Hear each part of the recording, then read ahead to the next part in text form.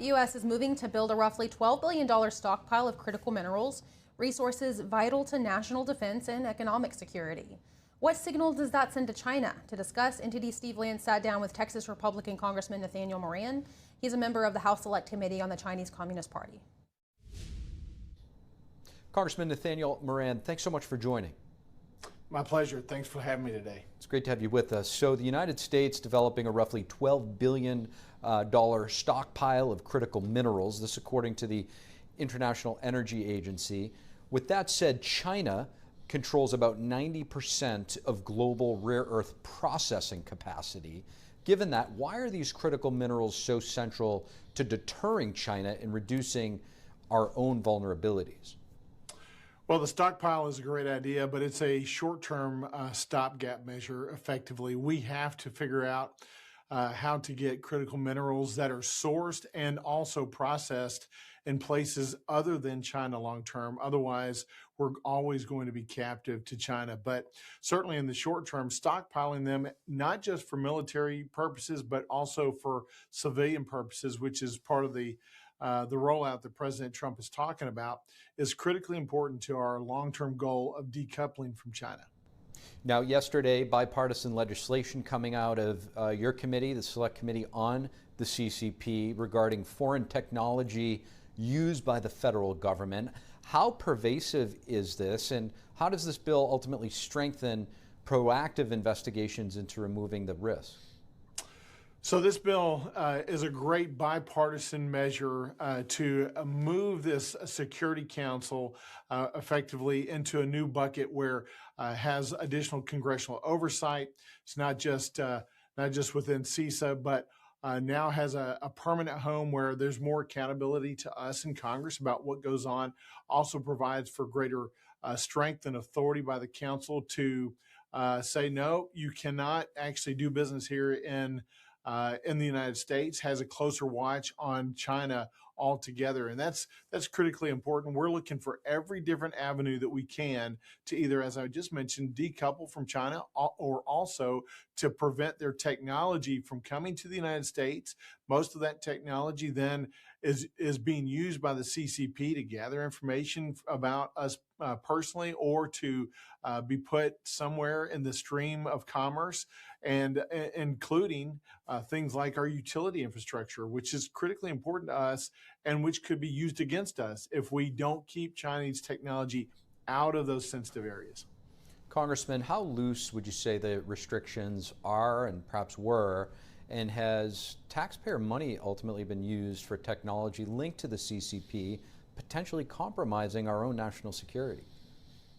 Well, certainly technology moves a whole lot quicker than government does. And what we've seen over the past 10 or 15 years is the rapid development and deployment of Chinese technology, not just in the civilian world, but also within governmental ranks. We're trying to attack them as they come up, but that is not the way to actually go about business proactively, as you say, because you're really just playing a game of banging the weasel as it pops up in different areas. And the weasel keeps popping up in 1,000 different areas. So what you need is this proactive approach to say across the board, the federal government should not be allowing Chinese-owned technology into our uses here. Certainly not that technology that then can be turned against us in the future. Congressman, the SAVE Act aiming to require proof of voter identification in order to register to vote. Elon Musk, among many high-profile voices backing the bill. In fact, recent polling suggests 82% of the American people, that's across the board, Democrats and Republicans, support voter ID. On the other side, you have folks like Senate Minority Leader Chuck Schumer comparing this act as to Jim Crow. What do you say to the other side of the aisle that is against it? The first thing is to start with the statistic that you just cited. If you weren't going to say it, I was. More than 80% of the American people know, because of common sense, that only people that are here legally, only people that are entitled to vote should vote.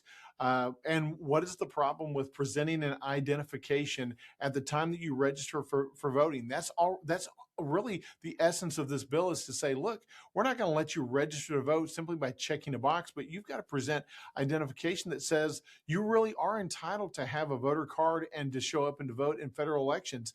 That's common sense. And I think that's why more than 80% of the American people agree with that. Chuck Schumer, though, as a lot of us know already, he doesn't really think with common sense. He thinks with political wins, particularly in his view. From his view, he's looking at the far left liberal movement in the Democratic primary, and what do they want? So that's what's driving Chuck Schumer, and his opinion and his decisions is not common sense, and it's not the rule of law, and it's not secure, accurate, legal, transparent elections. I call them salty elections. It's secure, accurate, legal, transparent elections that involve you. It involves the American people staying engaged to make sure that only people eligible to vote actually do vote. It's not preventing eligible voters, those that should be voting, from actually doing so. It's just making it hard for those that shouldn't be voting to actually get across that line. How are you parsing this in terms of the funding package coming up? Does the House have the votes on the Republican side, or is it going to be more of a question on the Senate?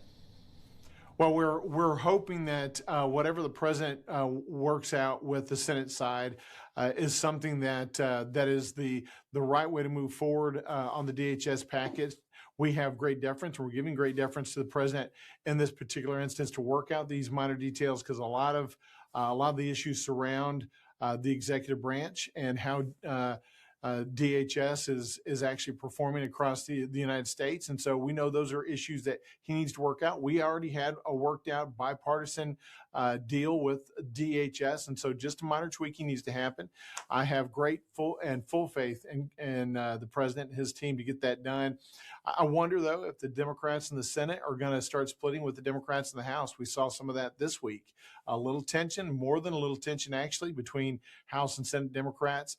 I wonder if that's still going to be the case as we roll out of this negotiation. But again, the right people are involved. We want to see the product before we make a final decision on that.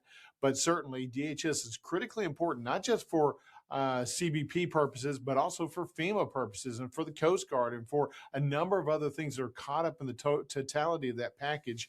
We've got a great bill that we already had produced. We need to now just tweak it enough to get across the line and get enough votes in the Senate. Texas Congressman Nathaniel Moran, thanks so much for joining. My pleasure. Thanks.